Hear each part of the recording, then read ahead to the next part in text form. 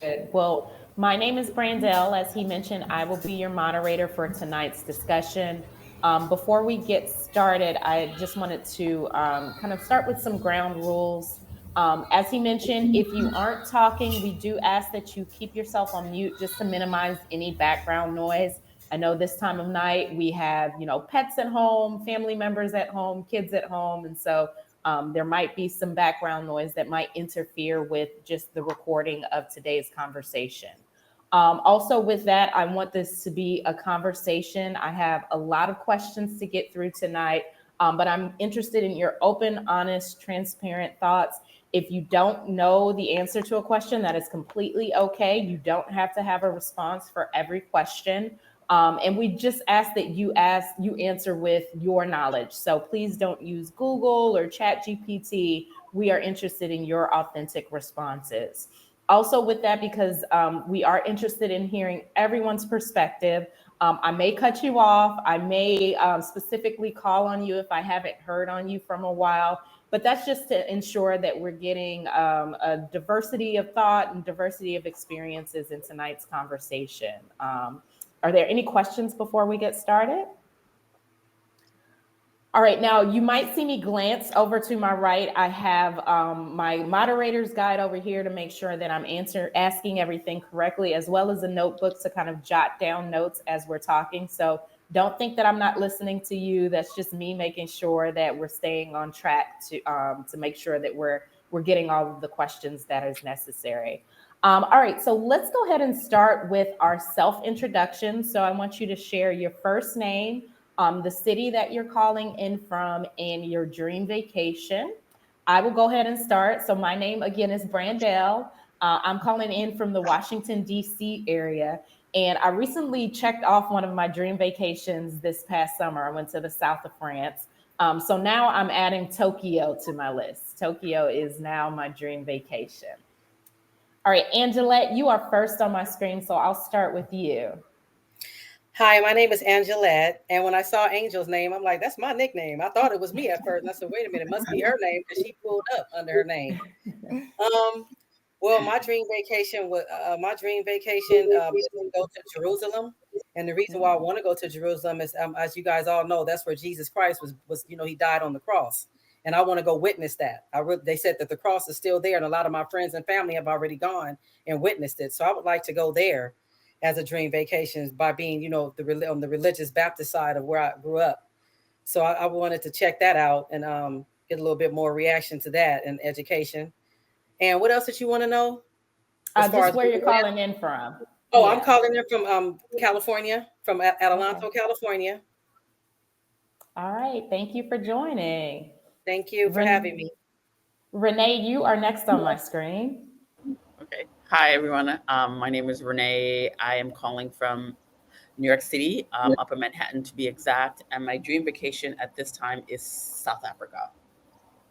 Nice, nice, nice. That's a beautiful place. That was another dream vacation that I've had the privilege of checking off my list. All right, Karen, you are next on my list or on my screen. My name is Karen, and I live in Gardena, California. And my dream vacation is anywhere the RV takes me.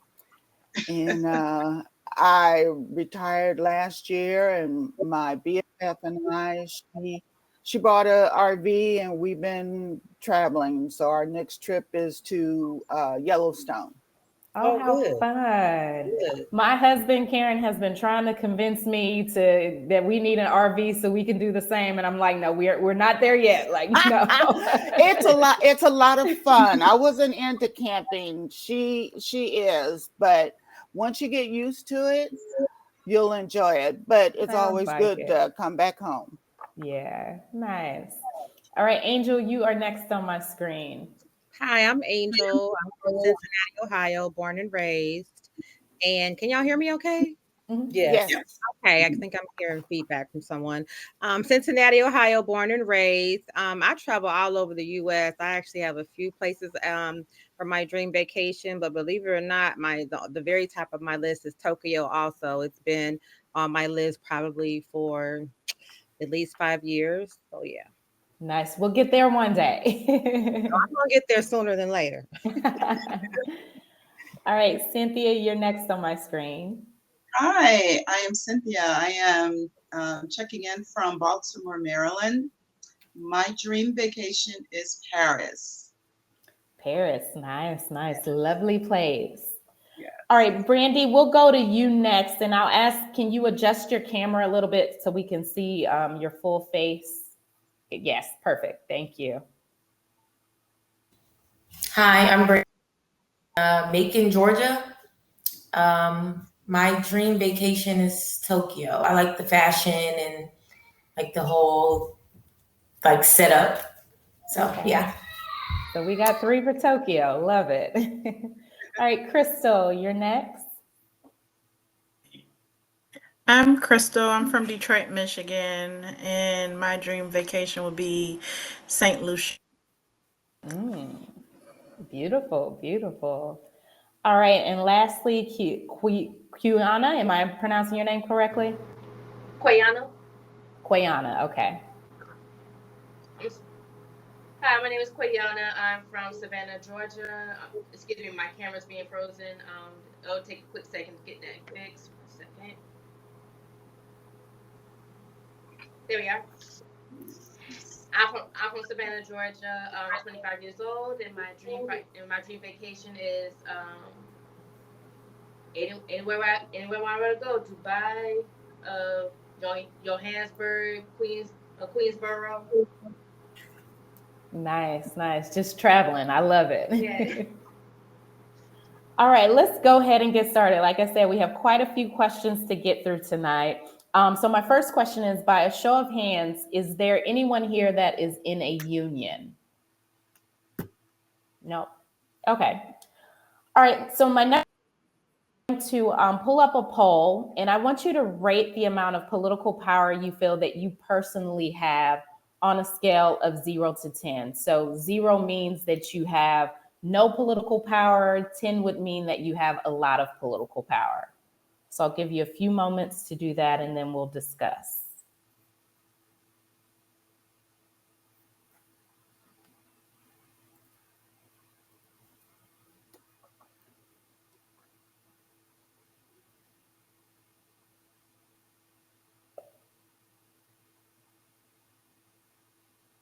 Okay, looks like everyone has responded. Let's go ahead and go to our next poll. So I want you to rate the amount of political power that you feel Black people have in this country on a scale of 0 to 10. Again, 0 is being no political power, 10 meaning Black people have a lot of political power.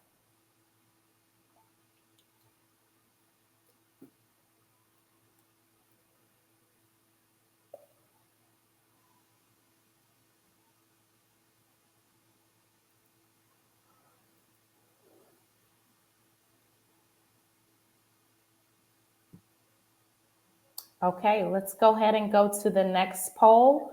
Again, on a scale of 0 to 10, where 0 means definitely likely to vote, 10 means will likely to vote.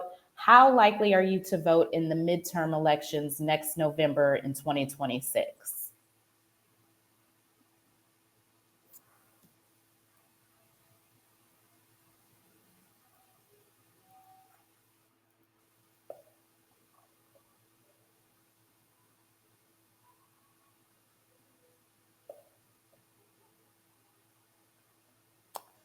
All right, thank you all for your responses there. Now, to get us started, I want you all to finish the sentence for me. I feel blank about the way things are going in the country these days, and I want to get a response from everybody. So I'll go ahead and start calling on people. Angelette, I feel blank about the way things are going in the country these days. I'm going to be truthfully honest with you. I have to say I feel very uneasy about what's going on right now because of things that's happening economic-wise. It's not going good. So I feel very uneasy. I would have to say uneasy. Okay. Renee, what about you? I feel very cynical about this country and the direction that it's going. And I shouldn't be surprised, but I just didn't think it was going to be as drastic as things are happening. Mm-hmm. Okay. Karen? I feel drained because I feel I'm fighting every day for something. And but I'm gonna keep fighting because I'm sick and tired of the way the country is going, and I need my voice to be heard. Okay. Angel?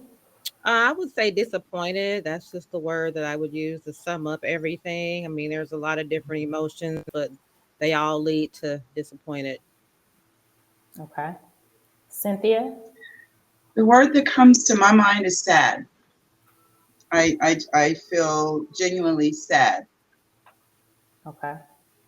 Crystal?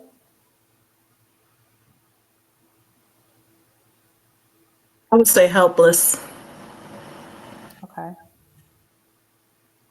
Quayana? I felt unheard. Okay. And Brandy? Honestly, I'll say kind of afraid of what's to come. Okay. Now, really quickly, I want to kind of dive into what is making you all feel this way. I know, Angelette, you talked about the economy impacting the word that you chose. Are there any other things that come to mind for any of you that is making you feel this way, the way the words that you described? Angel, I see you shaking your head. I got a long list, but I'll keep it short for the sake of time. I feel like a lot of rights and benefits that are being taken away, that's going to affect especially seniors. Both of my parents are seniors, so the federal funds being taken away. You know, my nephew just got a full ride to OSU, so I'm worried about his scholarship. He literally just started Tuesday, moved in rather, and how Medicaid, they're threatening to take away Medicaid and Section 8 and food assistance and other things that people really rely on. You know, I see stories I follow a lot of news, national news, so I stay on top of everything, even if it doesn't affect me. And the whole deportation thing now, it's not just Hispanics, it's everybody, white, blacks, and Asian. And a lot of people don't even realize that. And just mainly just you know, how things keep going back and forth in the courts, and we're just kind of just hanging on by a thread, crossing our fingers, hoping that, you know, they don't take away rights that's been here since the beginning of time. It's just about the unknown. I don't like being surprised. And I'm hearing so many people in nursing homes are just being kicked out of nursing homes now because they woke up one day and their Medicaid's gone. And then they have a bill, $150,000, $200,000 bill that they owe, and they're on the streets with nowhere to go. I mean, it's just amazing to me. Okay. And kind of building off that, for the rest of you all, are there any other top issues that you all are concerned about right now? Go ahead, Renee. Hi. Yes. I have family members that work in higher ed, and they've been, in light of things that have been happening with the federal government against certain higher education organizations, they've been affected. And, you know, their academics, and this was like, well, WTF. And this is like something, when they don't say much, but the sentiment is like, you know, I'm an academic and I'm in an institution of higher learning to teach students and to do research, and now it's being politicized, and it's unfamiliar territory for them. So they're like, I don't know what to do. I don't. This is a feeling. I don't know how to navigate this feeling, and it's, you know, and it's something they never thought that they would have had to deal with in the United States.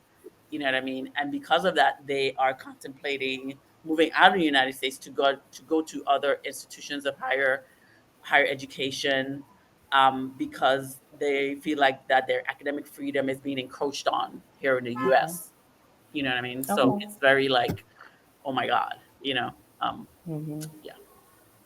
Okay. So what about the economy? How do you all feel Black people economy right now? Well, you know, Terrible. yeah. Okay. Just off record. Okay. Okay, let's talk a little bit more about that. Why do you all feel that they're doing terrible? Quayana, you were saying something? Yeah, the reason why the economy's been terrible is because businesses have been going up and down like a roller coaster. It's just fluctuating because we got the so-called president in the White House just taking away everything, including just snatching away Black-owned businesses. Okay. What about democracy? How do you all feel Black people are doing in our democracy right now? Go ahead, Angel. I kind of feel like there's not a lot of hope, not a lot of faith. Piggybacking on the previous question about the economy, I think it was like 300,000 Black women alone have lost their jobs.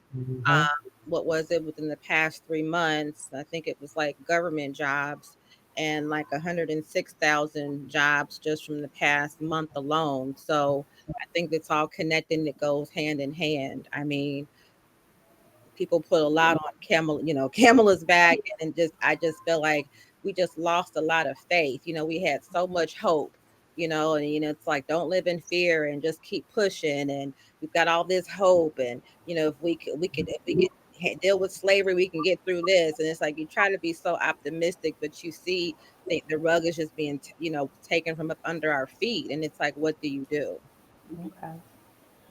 All right, I'm going to poll another poll is going to pop up on your screen, and I want you to answer the following question. What letter grade would you give Democrats? And you'll have the answer options A through F.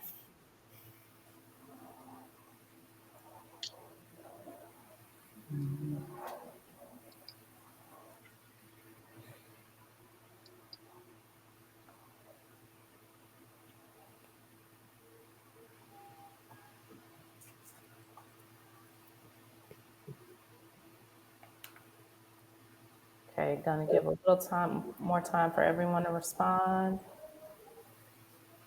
Okay, Brandy, I'm gonna start with you. You gave them a C. Can you tell me a little bit more about why you chose a C? Because I think good or bad, it's kind of like they're just agreeing with whatever, like it's whatever, honestly. Okay. Crystal, I'll go to you. You gave an F. Tell me why you gave an F.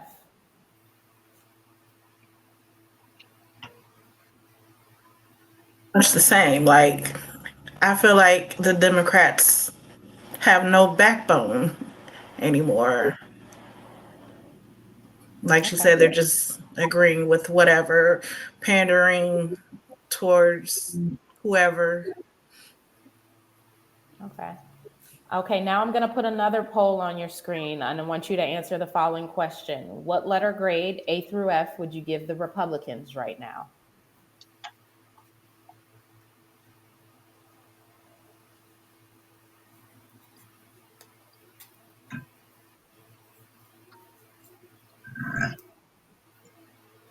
Okay, looks like everyone gave them an F.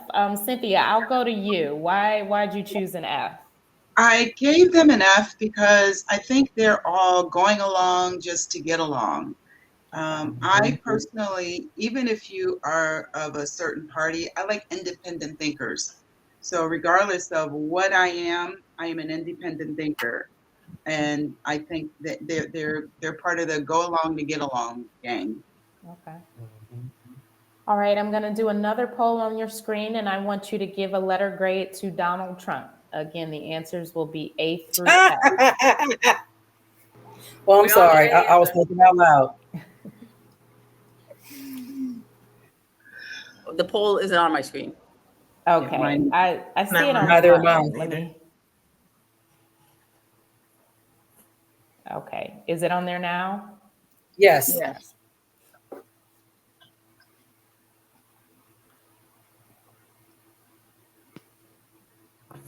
Okay. Brandy, you gave a C. I'm going to start with you. Tell me a little bit about why you chose a C. Because he does a lot of things I don't agree with. He's honest. He told us exactly what he was going to do. He didn't lie to anybody. Okay. He's been him. Okay. Karen, can you tell me a little bit about why you chose F? Well, if you had something lower than that, I would have given it to him and the Republicans. Even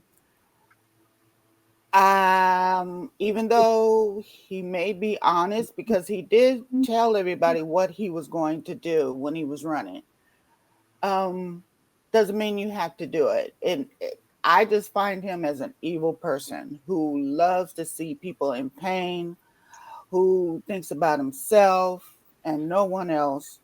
And that's just not the way to run a country. Maybe a company and not a country. And I've been around a long time to see good and bad, and he's the worst. Okay, and so let's kind of build on that. Has there been anything that has surprised you all about the Trump presidency? And I'll stop there. Anything surprised you all? Yeah. Okay, Renee, I see your hand up, and then I'll come to you, Angel. Yes, I was surprised at his attacks on institutions of higher education. Nothing during his campaign did I pick up that he would be going after any colleges or universities for any reason at all. You know what I mean? Mm-hmm. I heard immigration crisis, I heard about businesses and so on and so forth, but I didn't hear anything about institutions of higher education and cutting off their funding because for whatever reason, you know what I mean? Mm-hmm. I was very shocked by that. You know what I mean? And maybe it was something I missed doing his rhetoric, but that is something that I thought came out of left field for me, at least. Okay. Angel, you wanted to add something? Yeah, I was shocked. I was shocked about his attack on trans individuals and how he just made that his first order of business. There was so much going on in the world, and that was like literally the first thing that he focused on and continues to focus on. He has lied a lot, actually, especially about healthcare. He hasn't been too honest. You know, he had Project 25, so he did lay out what he planned to do. So he was honest in that aspect. But I was more so shocked just how he could just be a felon, you know, and still be continued to be able to be allowed in the presidency. And it's like, whatever happened to the rules, you know, that, you know, this country was built on, you know, just the qualifications to be able to run for presidency. Yep. That shocked me. Okay, Cynthia, and then I see your hand, Quiana.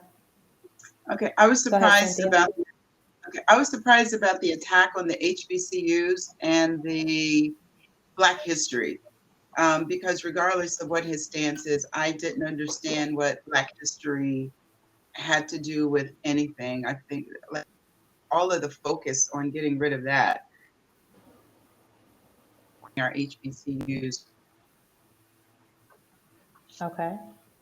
Quiana?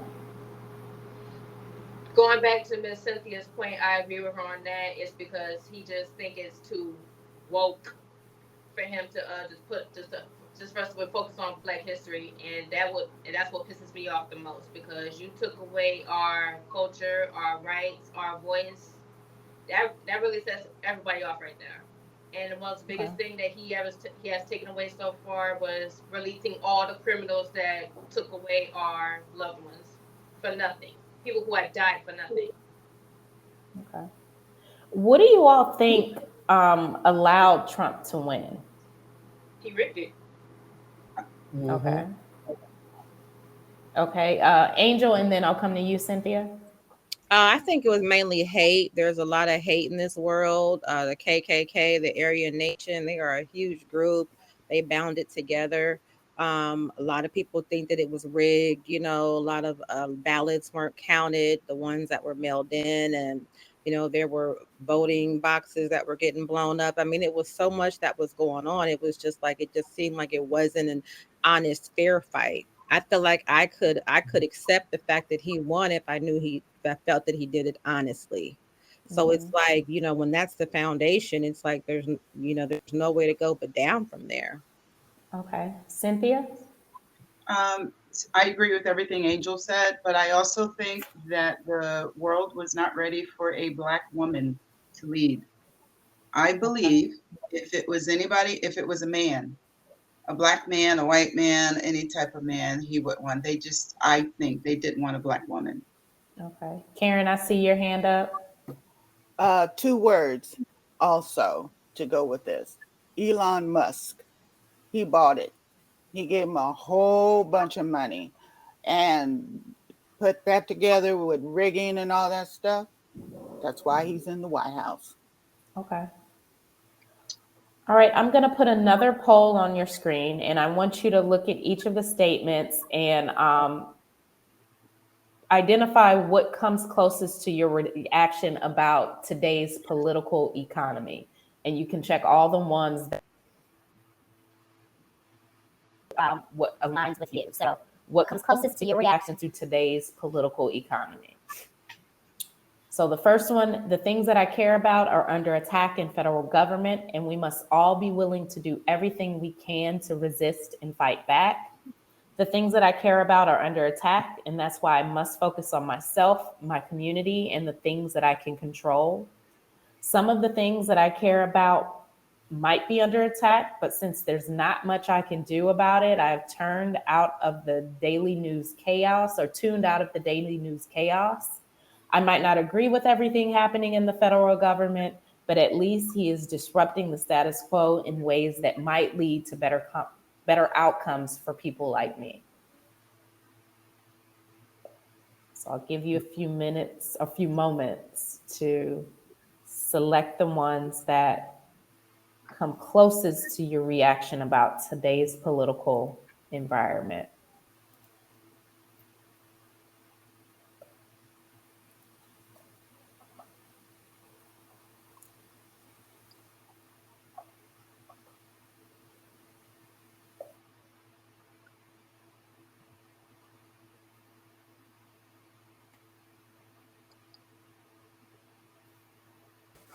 All right, looks like everyone has between the top 2. So I will go ahead and go with Brandy. I'll go with you. Tell me why you selected the things I care about are under attack in the federal.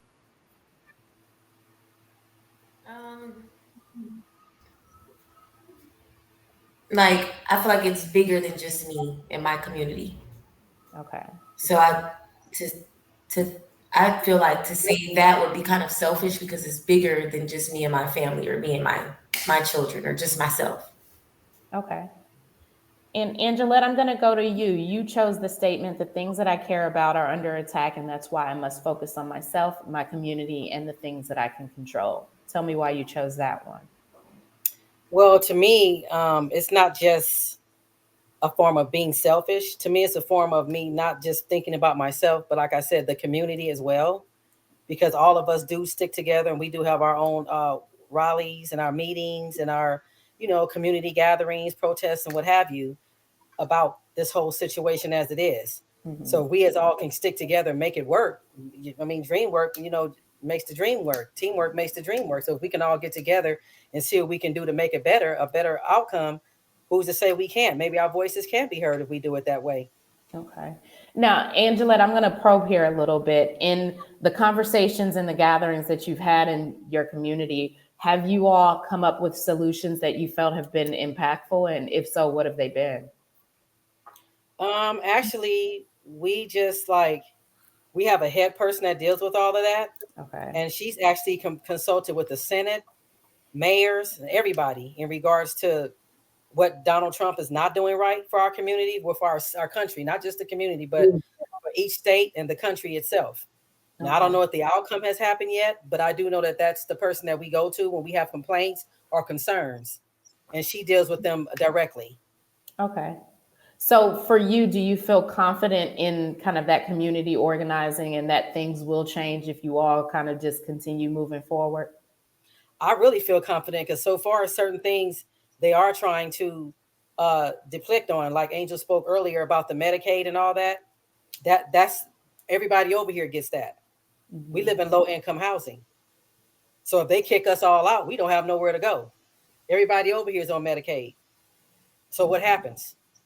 So if we don't stand up for something, we're gonna fall for anything. So we gotta stand up for our rights. You know, we gotta speak. Like Quayana said, we're not heard. We're African Americans. We're not heard, and we need to be heard. Our voices need to be spoken.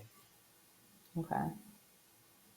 Have any of you all who picked that first option participated in any protests or actions?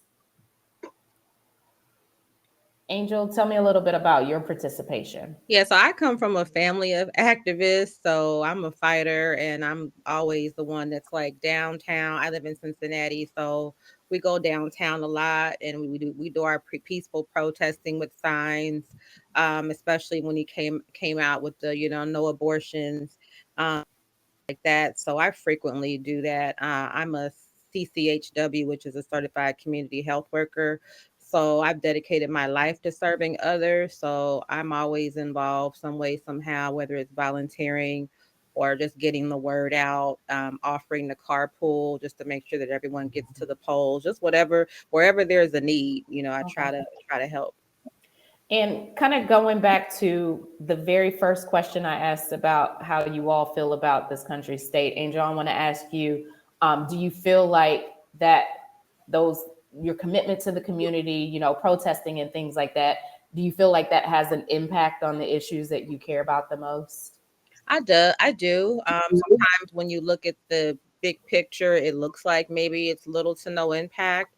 But it's important to continue to have a voice, because that's what our ancestors did. If our ancestors didn't fight, we wouldn't be where we are now, and they didn't know what kind of impact they had. They were long gone before sometimes we see the fruits of our labor. So I believe in fighting, because you just never know when things are going to take that turn.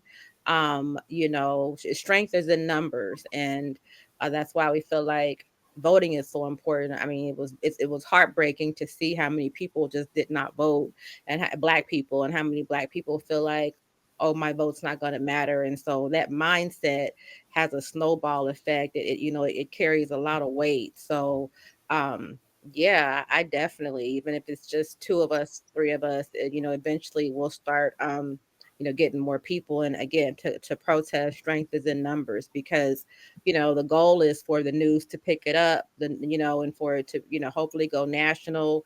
Other people, other leaders can see what's going on. And it's like, if you never do any of that, how do you expect to move the needle? Mm-hmm. Okay. All right, now I want to talk a little bit about political resistance at the moment. What does political resistance look like for you all, and how does resisting or seeing others resist make you feel? And this really kind of is a good segue from what Angel was just talking about in her experience. So what does political resistance look like for you all? Crystal, I'll start with you. It's been a while since I've heard from you. I think you're muted. Yes, I was. I'm sorry. Political resistance, basically trying to fight against certain laws being passed that aren't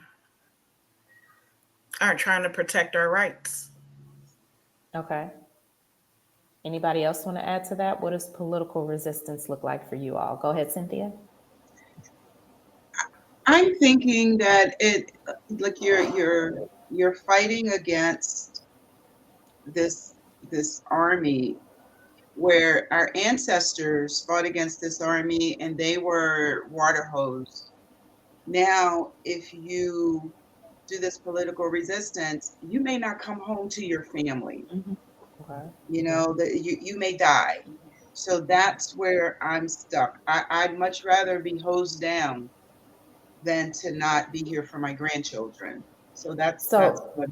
So Cynthia, does that possibility and that reality for you, does that prevent you from resisting publicly? Maybe. Okay. Maybe. I mean, we have to be honest. Yeah.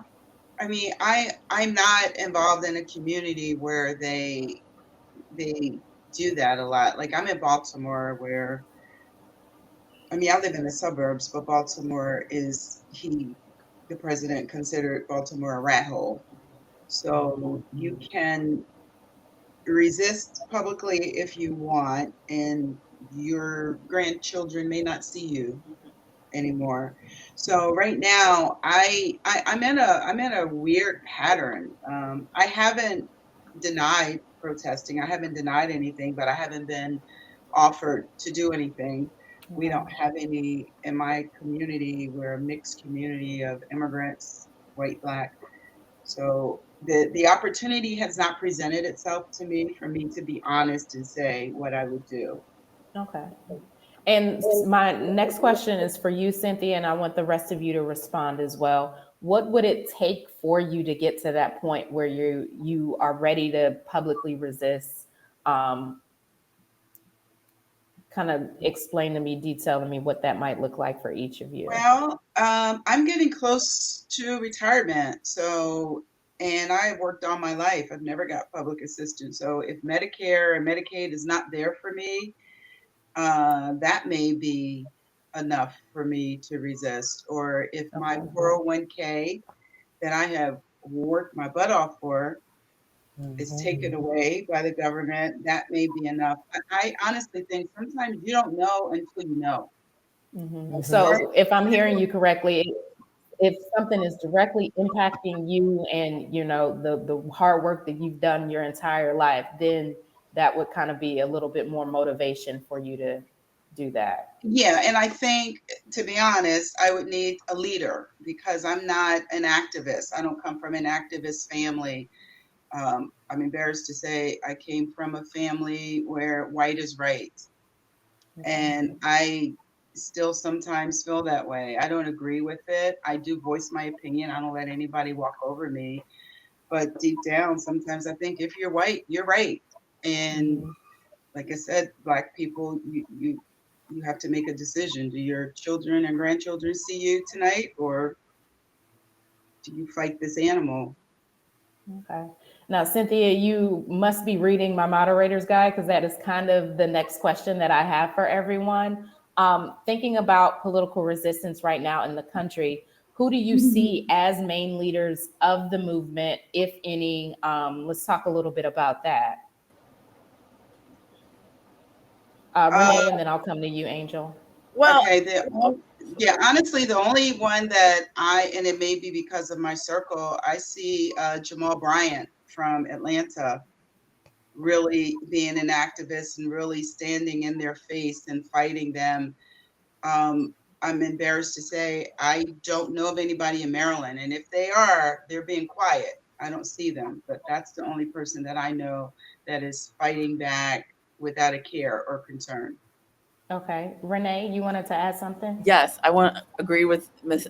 Cynthia also, our religious leaders who are trying to lead our community into, your dollars do matter. Some of that economic resistance. Don't shop at certain places that don't have a DEI program and so on and so forth. And I also feel like some of our journalists, some of our non-mainstream journalists where, not the ABCs or the NBCs, but maybe the Don Lemon who's on YouTube, who's streaming and doing his stuff, that these alternative sources that can give you information about what's about what is really going on. And not to take anything for granted. Things may eventually touch you. You may not, you think you're removed from certain things, but eventually some of these things that's going on is going to touch you in a personal way, and to not take that for granted. I have some nieces and nephews that I think are taking that stuff for granted. And it's like, no, you shouldn't. You're not in a bubble. You have to try to still be aware of and be proactive about certain things. So our religious leaders who are leading protests from an economic point of view, don't support a business that doesn't have a DEI program or whatever, and also non-traditional journalists. Okay. Angel, you wanted to add something? Yeah, Jasmine Crockett. She's at the top of my list. That's my girl. That is one bad sister that I support 100%. And I wish that all of us would support her. She is fighting the good fight, and we need people like her to protect her at all costs. I mean, there are a few others that come to mind, but she just has so much impact since she's a United States representative. But I can't say enough about her. Jasmine Okay. Crockett, yeah. And if anybody doesn't know about her, I highly suggest you look her up. Okay. Now, do you all think that there's a difference between the terms resisting and fighting back? Or are they synonymous for you? I see y'all thinking about it.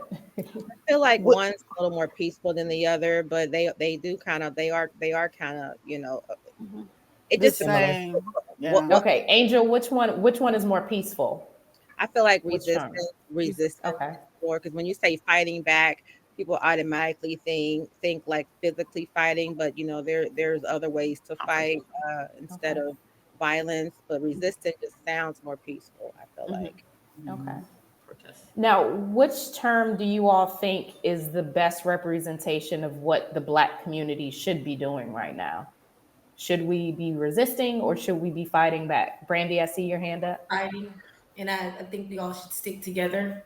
I feel like a lot of us are scared to stick together and fight because, like, speaking for myself as a Black woman and a single mom and a young Black woman, I feel like no one has my back.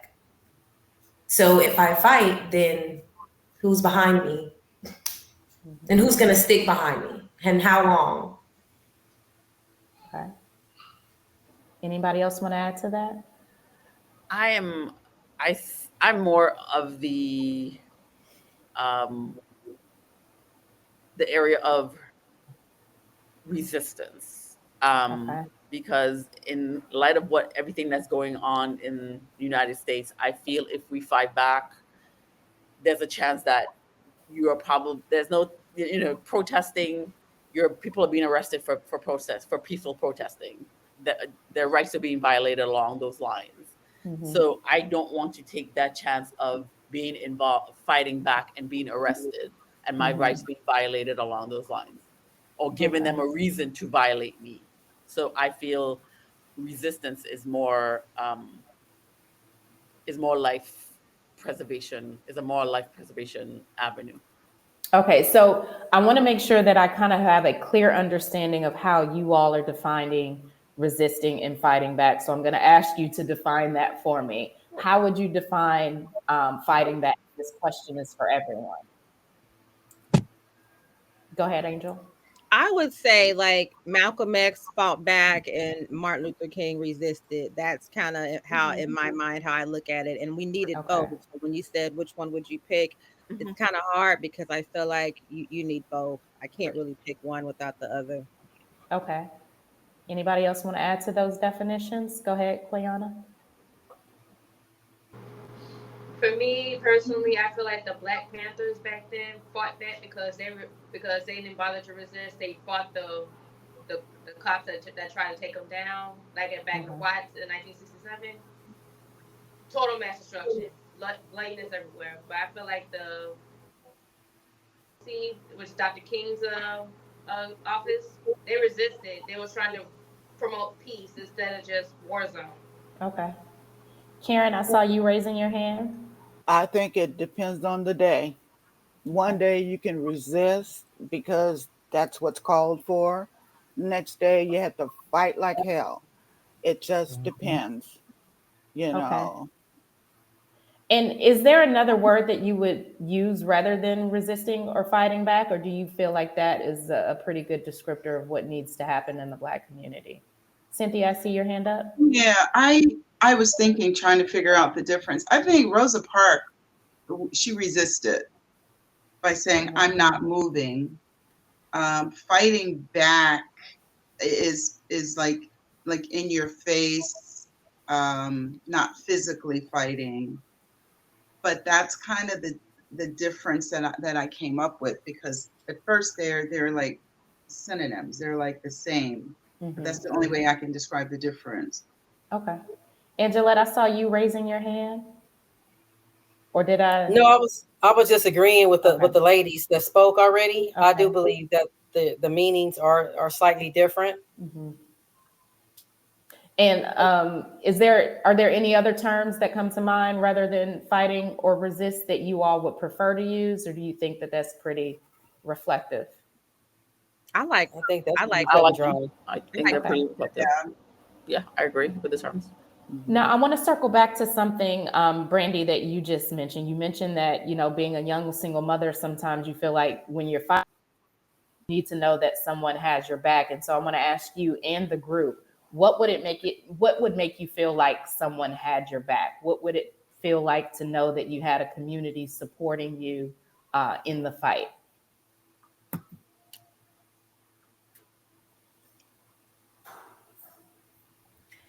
Um,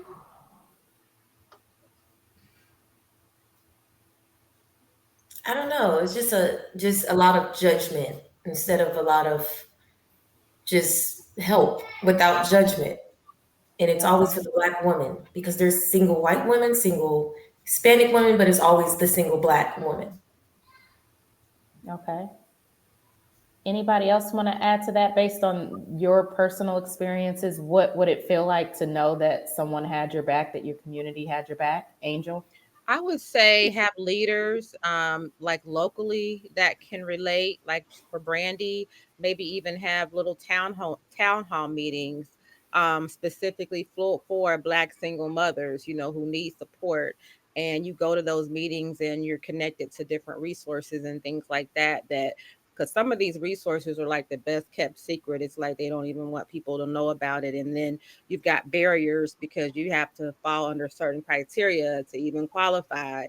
And sometimes if you're not a battered woman, you can't get help. And if you're not within this income level, you can't get help. And so, having different type of leaders and leaders that can relate to you locally and offering these certain kind of support, I feel like would be helpful. Okay. All right. Now, kind of staying in this conversation of resistance, are you all doing anything to resist government actions that hurt either you or the Black community as a whole? Go ahead, Angel. I'm sorry, I'm doing a whole lot. So I fought against DEI and I am on my friends and family about it. I immediately stopped shopping at Target. I immediately started supporting all Black owned businesses. I started making sure that I got my hair care products from Black owned businesses. I think that the resistance against Target with DEI was one of the biggest impacts because I just read that the CEO just stepped down yesterday of Target because of plunging sales and the resistance from DEI. And like the strengths are in numbers, you know what I mean? Like the money has no color, Black dollars is impactful. And so I'm boycotting Amazon. I could give you a whole list, and I love me some Amazon, but and it was hard for me to. It was hard, but I did it, and that's some of the things that I'm doing. Okay. Now, what would you all say is the Black community as a whole is doing to resist government actions? So Angel mentioned the Target boycott. Is there anything else that you all would say the Black community is doing to resist government actions that have hurt them? Go ahead, Cynthia. Okay, I don't know that I have the answer to other things that they are resisting, but I do support and agree with the boycott. But I did go to Target one day, and there were some single Black moms in there. There were a lot of Black people, and I gotta be honest, my heart broke because I said, how is this woman going to feed her child? I agree with what we're doing, but can she call a pastor and say, if I boycott, will you pay my rent? If I boycott, will you take care of my child? So I gotta admit, I was conflicted because, and I went for that purpose because I said, I want to see who is in here. And it could have just been me, but the sadness in those Black, and they were young, like Brandy. They were young women, and my heart broke because I'm like, who's going to take care of them? Who's going to help them? Because I'm not hearing about what we're doing for those young women. I know what we're doing for the Black people who have their product in the store. I heard all about that, how you can go to the Black directory, but what are we doing for those Black moms, single moms who are working there to take care of their kids? So I'm really conflicted. Okay. Now, kind of on the same line, what is more important for you and the Black people and Black community to resist? Is it to resist government action or fight against government action? Which of the two is more important? To resist government action or to fight against government action? They fight against. Okay, fight against. Fight against. Fight against. Fight against. Okay. Crystal, what about you? Fight against? Okay. Brandy, fight against? Resisting, it's not doing. Yep. Fight against, yeah. All right. Okay, now I'm going to put a list of actions on the screen that people take to resist the government. And I want you to select all that you think represents a good way to resist the government actions that are negatively impacting the Black community. And you can choose more than one. So check all of the ones that apply to, in terms of what you think is a good way to resist.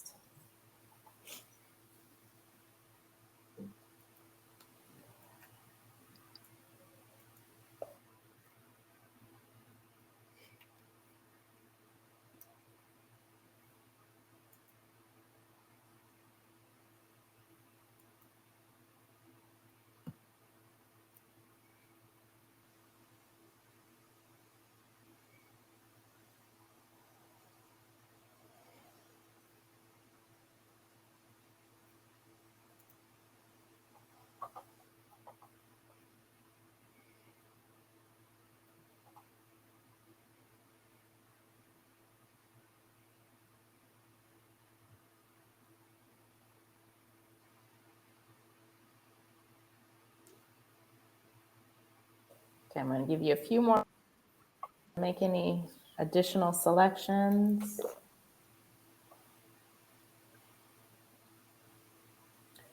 All right, so I see we have 20% of our responses in voting in municipal elections. Angelette, I'm going to go to you. Why did you choose that one? Which one? I chose a lot. Voting in municipal elections. I'm going to vote wherever is possible for me to get wherever I need to get as far as my voice being heard. Okay. Whatever we can get to going to get it to where we need to be as a community or as a whole or as a country. Okay. I want my vote to count in any election, any way possible. All right, Angel, I saw you selected posting political information on social media. Tell me a little bit about why you made that selection. Yeah, I do that a lot. Just like with Boycott and Target, I made a whole entire list and I just pushed it. I sent it to my followers. I made it public.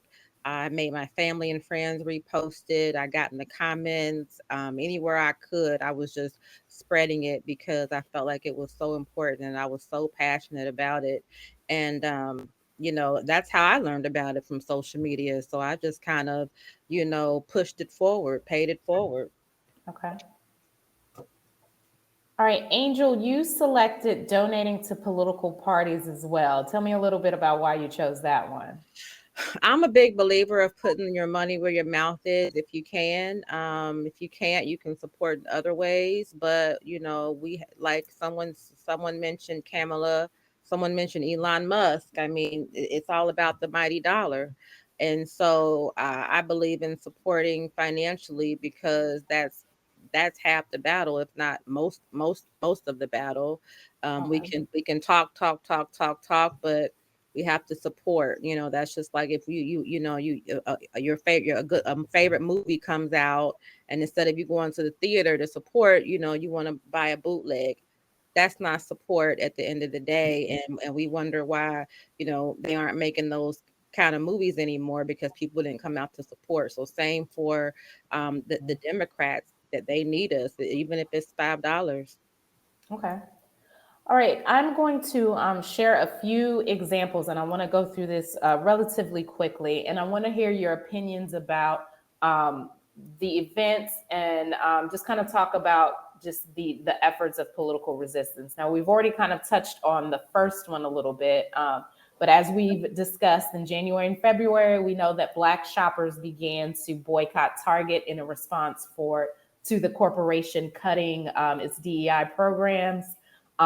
Let's talk a little bit about this. Based on the conversation, I know the majority of you have heard of these.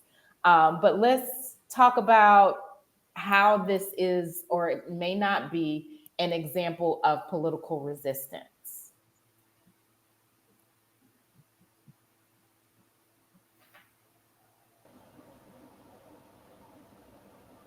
I don't see anything yet. You don't see anything on the screen? I see. Just one. I just see the paragraph that says. Yes, that's it. I just Oh, want okay. us to kind of talk about how this might be an example of political resistance, or how it might be just your thoughts on this as it relates to political resistance. Crystal, and then I'll go to you, Angel. Black people stop shopping, that we showed how important our dollar is, and we just resisted the whole DEI. I'm trying to find the right word. We resisted the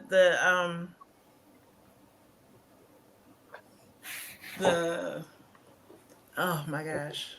The I'm DEI trying to find the right cutbacks? word. Yeah. Yes, Okay. that's what I was trying to say. Thank you. All right. Angel, you wanted to add something as well? Yeah, just to answer your question, I think this is an excellent example of resistance. It's the whole reason why I did it, and the outcome was the main reason why I participated. So I just was saying that I think it's a great example for sure. Okay. Go ahead, Renee, and then I I'll come to agree you, also. Karen. I thought it was very effective and doable. I have stopped shopping at Target. I have stopped shopping at Amazon. I'm glad Costco did not dismantle its DEI programs, because that's where I now do the majority of my shopping, because I can't go to Amazon or Target. But I definitely thought that the economic boycotting was effective and doable, because Okay. I think is a perfect example to show how much the African American dollar is worth, and the impact of our support, our financial Okay. support. Karen, you wanted to add something? Well, just reading this, it took me back to the Montgomery boycott, bus boycott. This is how it started. And it took 13 months to get it straight. And Black people came together and got to work back home any way they could. And the buses, they lost money and had to bring Black people into it again. So boycotts do work. And I don't go to Target anymore. And I'm looking for some more boycotts to go to do. Because, Okay. like I said, I'm drained. I'm tired. But I need to do something. Okay, I'm going to go to the next paragraph. Angel, I saw your hand, but we got to keep going. We got a lot more questions to get through. And so this example, in June, according to the American Civil Liberties Union, more than 5 million people participated in 2,100 marches across the country to protest the actions of the federal government. Have you all heard about this? By a show of hands, how many of you heard? I see some of you shaking those. So I see Renee's hand, Karen's hand, Angel hands. Okay. What do you all think about this? I thought it was a good thing when I first heard about it. I smiled. I mean, anything to move the needle, any little impact. It needs to be more, but at least it's something. So, Okay. Do you all think this is a good example of political resistance? Yes. Yes. Absolutely. I think a lot of these marches have made national news and international news, and I think foreign countries need to see that the American public is not in support of their authoritarian federal government. Okay. And I applaud that. It's something. So in New York, we've had a lot of them. Sometimes I didn't hear about them. Sometimes I happened upon them because I was out on a Saturday running errands, and I was like, oh, I forgot about this. I thought it was next weekend. and then it's like, okay, so here we are. But I do think it's effective, especially when they continue to make the news, and that our mainstream journalists cover it as well as our non-mainstream journalists cover these Okay, things. Cynthia, I saw you were kind of hesitant when I asked whether or not you felt like this was political resistance. I want to hear a little bit about what you were thinking.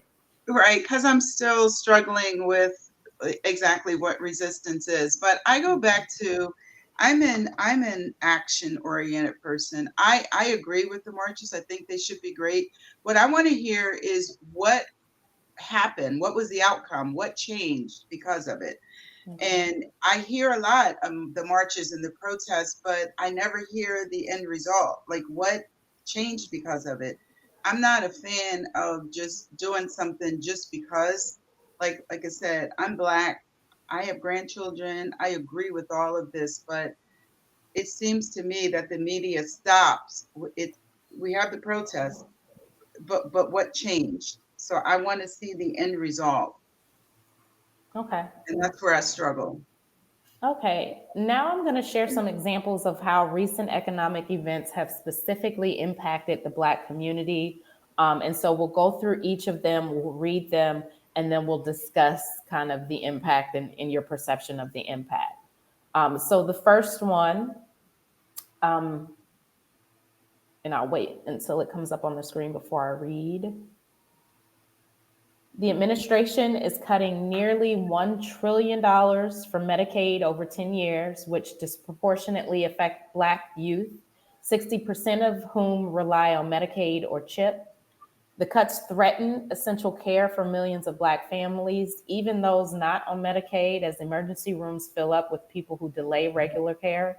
How concerned are you about this, using a scale of 0 to 10? Where 0 means you're not concerned at all, and 10 means extremely concerned.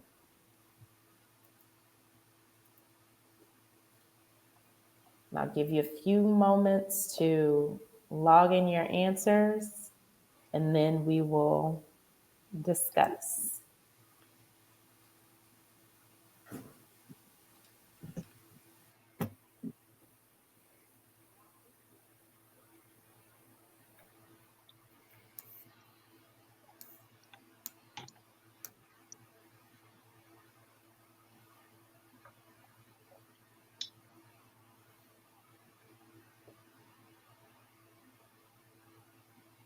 Okay, Crystal, I'm going to go start with you. Why did you rate 10?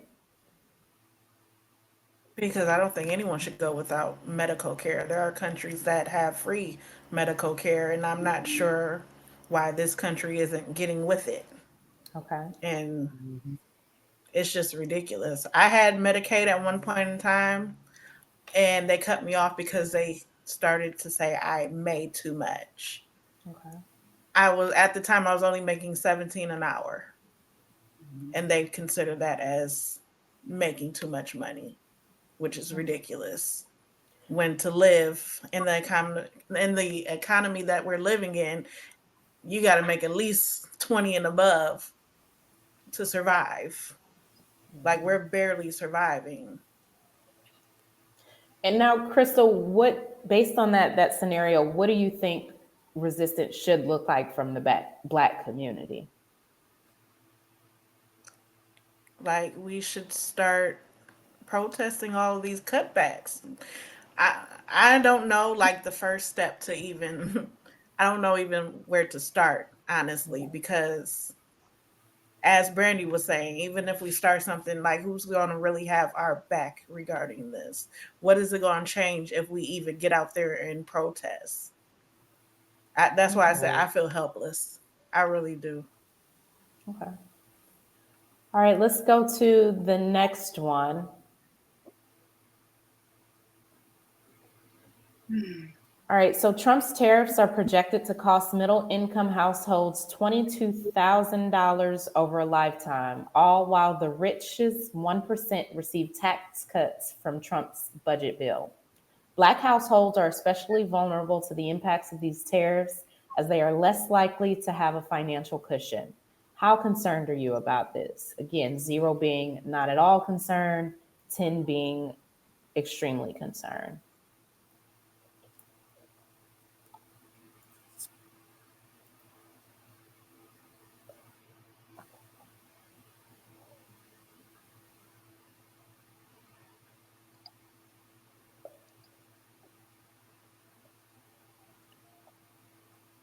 Okay, Quiana, I'm gonna start with you. Tell me why you selected 10. Why is this a great concern for you? Because Trump is wrong about this because he thinks that we don't have any financial cushion to lay back on. He's really wrong about this because there are some blacks in the community who do have enough financial enough enough ooh, enough financial stability to keep themselves going. Okay. And besides that, they're doing a lot more in the community just to provide more, just to have people to stand up on. That's all. Okay. Cynthia, you chose 0 for this one. Tell me why this was not a high concern for you. Because until I read this statement, I had no idea that the tariffs would affect me in that way. I thought the tariffs were affecting businesses. And then I ordered something from overseas, and I think my bill was $1 more. So I must confess, I'm ignorant in that I didn't know the tariffs affected me personally. I thought it was just on the companies. Okay. So now that you know that it impacts you personally, how does that change your opinion, or does it change your opinion? I mean, I think it's awful. I think it should be rethought. Like, we should not have to bear the burden of these tariffs. I was also looking at them before as if they were taxes, but like I said, which after this, I'm going to read up on them more because I'm embarrassed to say I just had no idea. I thought they were. I mean, I knew it would affect imports if we purchased something, but I didn't know. I never looked at it as it was really affecting my household because I was thinking I can purchase in America. I don't have to purchase at Shein and Temu and all those places over there. That was my uneducated thinking. Okay, so kind of probing a little bit more about tariffs specifically, how do you all think Black people of any kind, regardless of the type of job that they have, how do you think that they're faring in the midst of all of these tariffs? Angelette, I'll start with you. How do you think Black people are faring in the midst of these tariffs?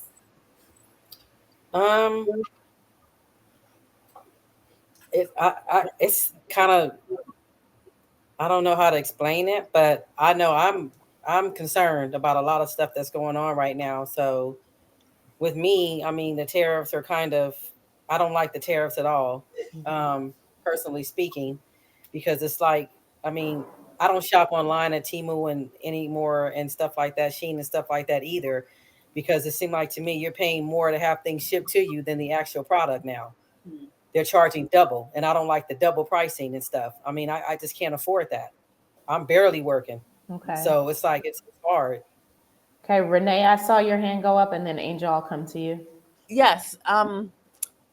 When I first started hearing about tariffs, I was like, oh, now me meeting my basic needs to survive or buying basic needs for myself are going to become more expensive.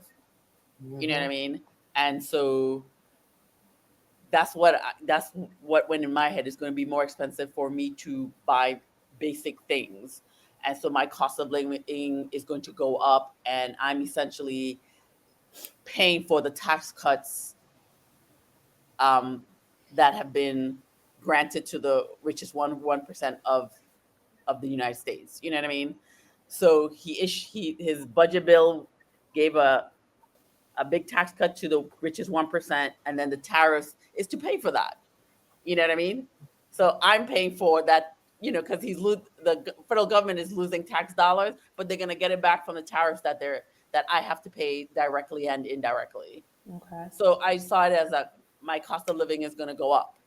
Okay. Groceries, everything is going to go up for me. You know what All I mean? right. Angel, you wanted to add something there? Yeah, I'm very, very concerned about the tariffs. I was trying to tell people in February that everything was getting ready to go sky high. I mean, if you think you're worried about the eggs, you have seen nothing. So if the things in your local grocery store haven't gone up yet, they will. I've been telling people as a, I wouldn't say resistance, but just to be smart, all your essentials, toilet paper, paper towels, garbage bags, anything aluminum foil, stock up and stock up now because things were getting ready to be sky high. I mean, those little small soda mini cans, little small mini cans. I was in Kroger the other day. A 4-pack was $10. I couldn't even believe it. And just the week before, it wasn't. So Procter and Gamble made an announcement a week or two ago stating that all of their stuff is getting ready to go high, and they listed the paper products, garbage bag, whatever the case is, um, detergent. So I'm very concerned because a lot of people are like my parents are on a fixed income. And it even affects people like me. I mean, I've stocked up so much people think I'm preparing for the Armageddon, but hey, that's just how it has to be for me. Okay. I'm going to go through these next few ones relatively quickly because we only have about 20 minutes left. And so the next one that is on your screen now, the Trump administration has slashed the Minority Business Development Agency's operations in 2025, laying off almost all of its staff and basically shutting down its ability to help minority businesses. The BDA help Black businesses access financing, contracting, and marketing in industries such as food service and cybersecurity, and provided support for formerly incarcerated people. This resource is now largely unavailable to many Black-owned businesses. How concerned are you about this on a scale of 0 to 10? Again, 0 being not concerned at all, 10 meaning you are extremely concerned.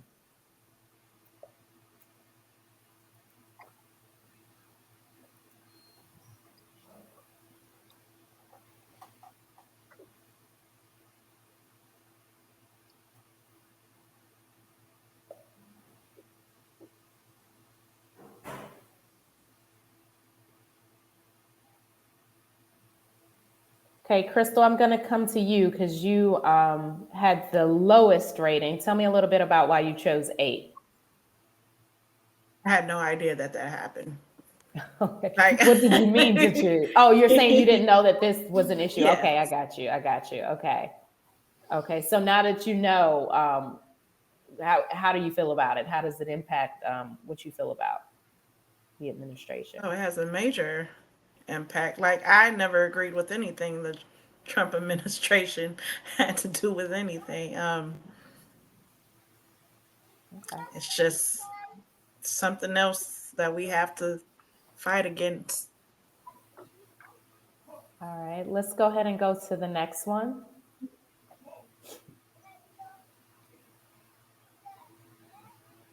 All right, so the Trump administration issued an executive order to end diversity, equity, inclusion, and accessibility, or DEIA, programs across the federal government. This order dismantled initiatives that recruited and advanced Black professionals in public service while erasing our history in public life, eliminating data collection and oversight on racial disparities, shrinking pathways to opportunity, and obscuring inequities that need to be addressed. How concerned are you about this? So on a scale of 0 to 10, 0 meaning not concerned at all, 10 being extremely concerned.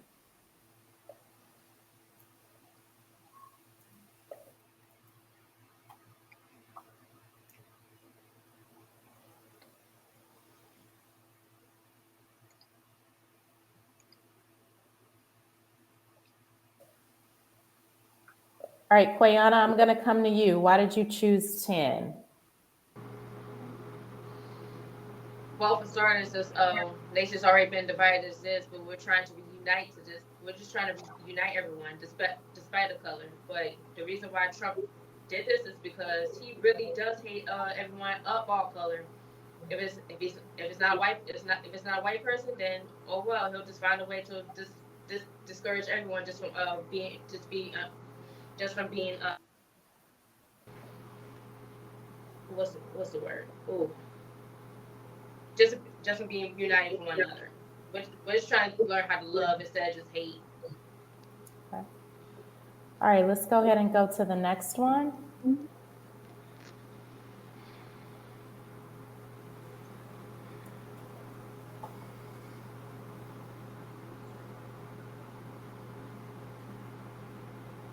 Trump issued an executive order to eliminate the Federal Department of Education, which protects students' civil rights nationwide and administers billions in funding to support students with disabilities, grants for disadvantaged students, and student loans.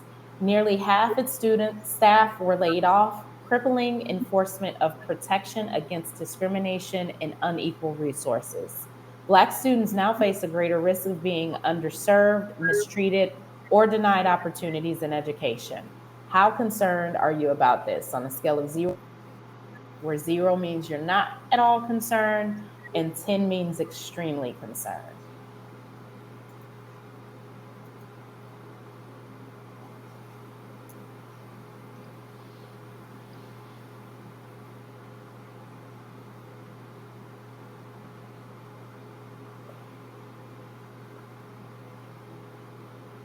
All right, Brandy, I'm going to come to you. Tell me why you chose 10. Well, as a mother of children that have special needs, it was heartbreaking because it's already a fight to get them in school. We have to have a 504 plan, this, that. And I have a son that's also medically fragile. So he's in a wheelchair, he's on a machine to live, but he has to go to school because I want him to learn and I want him to be treated equally. And it's a slap in the face. Also, I see a lot of children that need certain services in order to just, that's their outlet. So it's just, it's crazy. Like, what can we have? Okay. Thank you for sharing that, Brandy. Anybody else want to add to that? Go ahead, Quayana. Oh, sorry. Quayana, and then we'll come to you, Renee. I agree with Brandy on this one because I have a younger brother who's 21. He just turned 21 last month. He's severely disabled, and we don't know if he could manage to get him on the job because Trump is trying to cut down everything, including disregarding people with disabilities, and it's hard for that. All right. No, I was just going to say, let's go ahead and go to the next one because we got 13 minutes left and I want to keep us on track.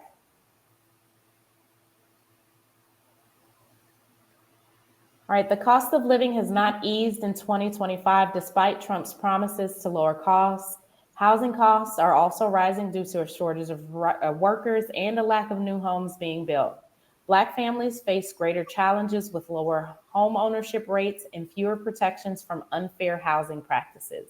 As the administration has also rolled back federal fair housing enforcement, how concerned are you about this? Using a scale from 0 to 10, again, 0 being not concerned at all, 10 being extremely concerned.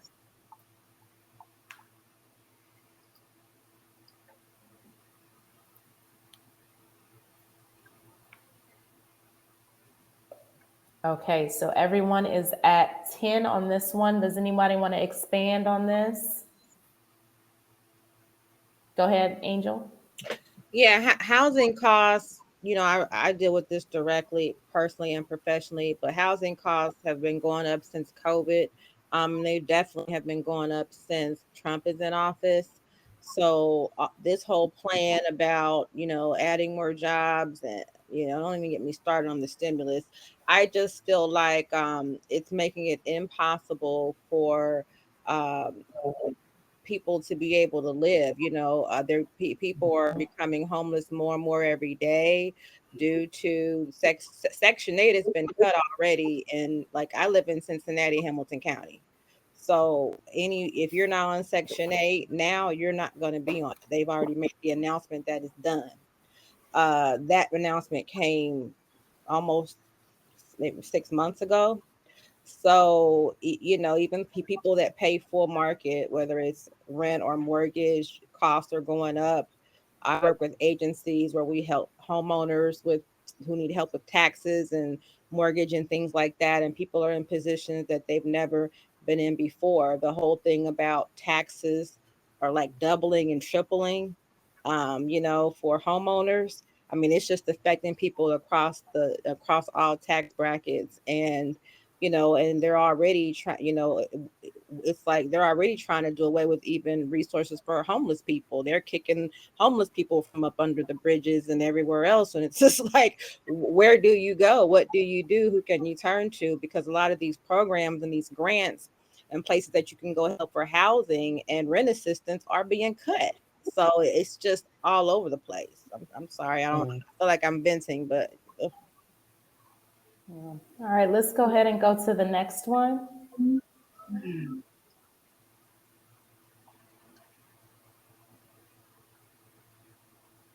All right, the administration has blocked key provisions of federal student loan forgiveness programs and reinstated higher interest rates for borrowers. This week, the administration proposed a rule that politicizes those that work in public service by restricting forgiveness for those who work in organizations that, quote, engage in illegal activities such as aiding and abetting illegal immigrants, end quote. Black graduates are hit especially hard as they carry the highest average of student loans and pay more over time, delaying wealth building milestones like home ownership, retirement savings, or starting a business. How concerned are you about this on a scale of 0 to 10?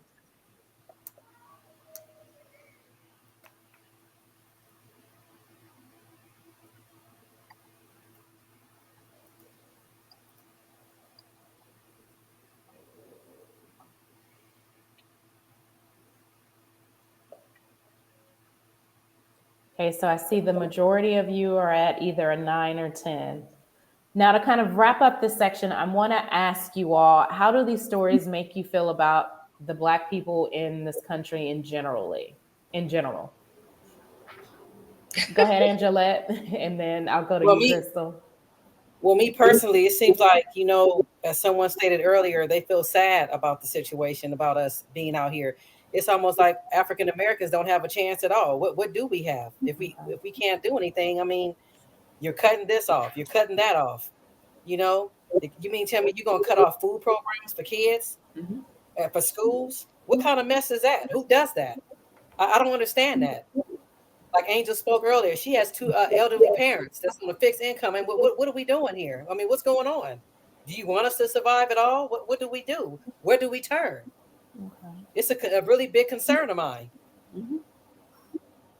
Like my next door neighbor. My next door neighbor her son is autistic. What is she gonna do? It's crazy. Crystal, you wanted to add something? And then I see your hand, Brandy.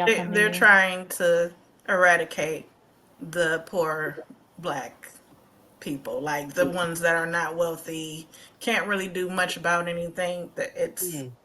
They're trying to get rid of us because I'm poor, my doggos. I don't have much. I'm struggling. I really am. Brandy, you wanted to add something? Then not only are they trying to keep the poor, they're trying to take the middle class down, knock them down. And we could have our own things. We could start our own schools, own programs, but we all know what happens when we start our own things. So then what? It's like, what's the point of even doing that if they're going to make us go through hoops? Well, that's illegal. You have to have this to do this. And, now we have to do background checks on everyone. And a lot of Black people can't pass a background check because of some little minor things. It could be anything. So how do we move forward in anything if we're always limited to what we can do, say?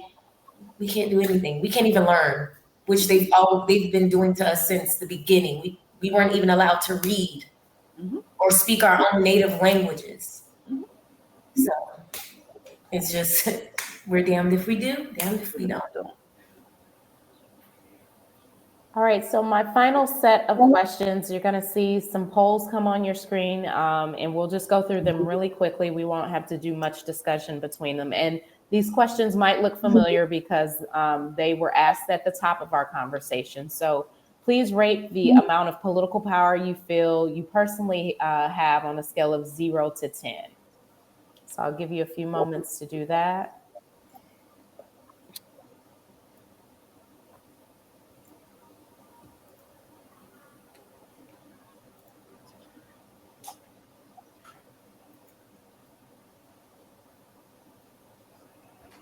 Okay, did anyone change their rating from the initial time? No. Okay, Brandy, tell me why you changed yours. It went down because I'm realizing that I have a voice, but I don't have a voice. Okay. I agree with Brandy. Mine went down too. Okay. All right, let's go to the next one. Please rate the amount of political power you feel that Black people have in this country right now on a scale of 0 to 10.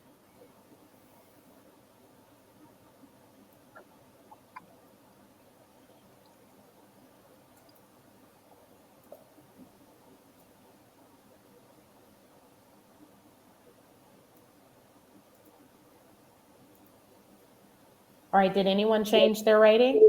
Mm-hmm. Mine went down again. Okay. Did anybody's increase? Mine went down. Okay. All right, let's go to the next one.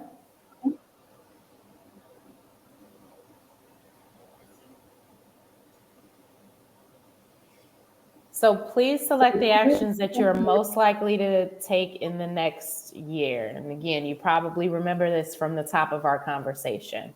And you can select all that apply.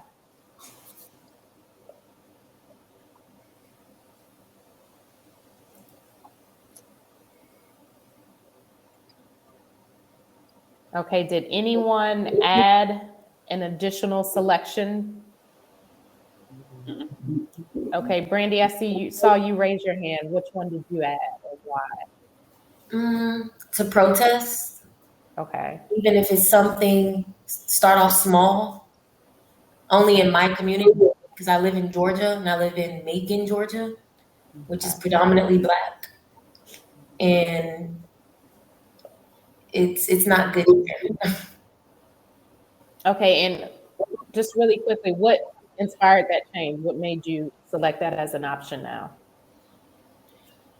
Just listening to everyone and just listening to myself talk, the things that I know to be true. And, I do want change, but, like I said in the beginning, I'm afraid of what's to come or what can happen because I'm only one person and, like I'm a statistic.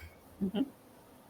So it's like no one wants to back me up, even people of my own race.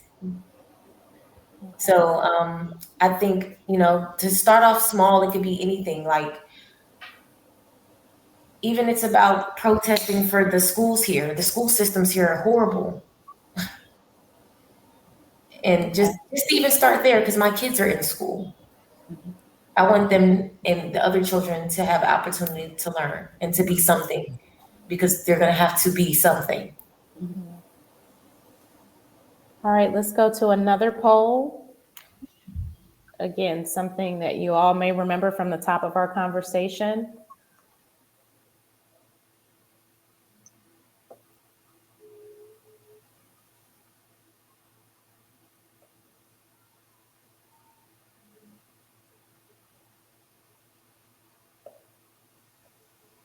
Oh, I'm just getting a note. All right, we want to kind of talk a little bit about alternatives to resisting and fighting back. Are there any other ways that you all would say that you can resist, fight back that we didn't talk about today? Nope, not so far. Okay. Go ahead, Angel. I would say get more involved locally, like the city council and things like that. Every time they have those meetings, it's not really too many people in attendance. A lot of people don't think that like writing letters and things like that will go anywhere.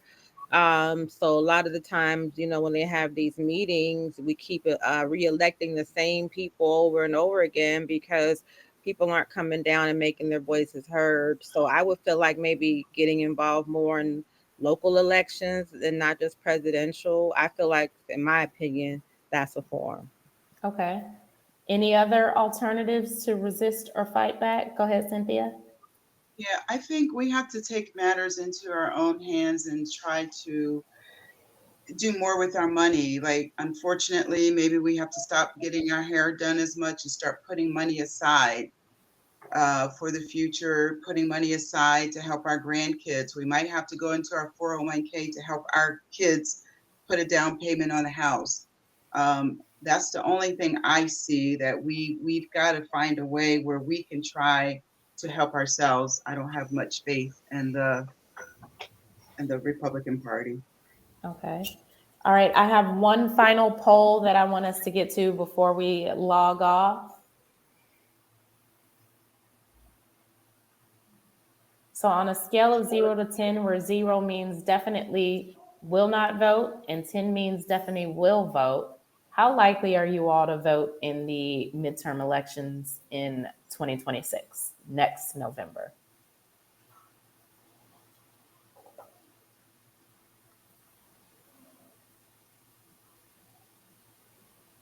Okay, so everyone is at a 10. Did anyone change their response? Okay, Brandy, tell me why you changed your response. Because